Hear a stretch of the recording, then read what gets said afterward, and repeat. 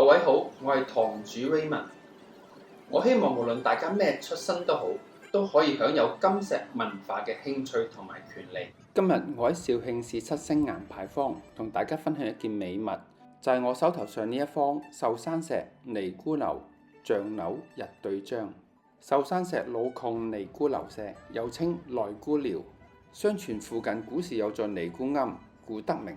佢係壽山石嘅種，產於都城坑嘅山邊，石質堅脆。我呢件取材壽山石嘅尼姑樓，絕礦稀缺嘅品種石，經過時代嘅巨輪同埋變化，好多新人已經分唔出壽山四姊妹石㗎啦，甚至冇咩見過。呢件即為早期尼姑樓老料舊物，表面光滑，光感足，明顯局部牛角凍嘅質地，色彩古樸高雅，印樓微微包漿反動，石紋嘅肌理漂亮，質地微透，肉質細膩柔潤，實物溫柔，手感細膩，質地凝結，性穩冇裂，易保養嘅。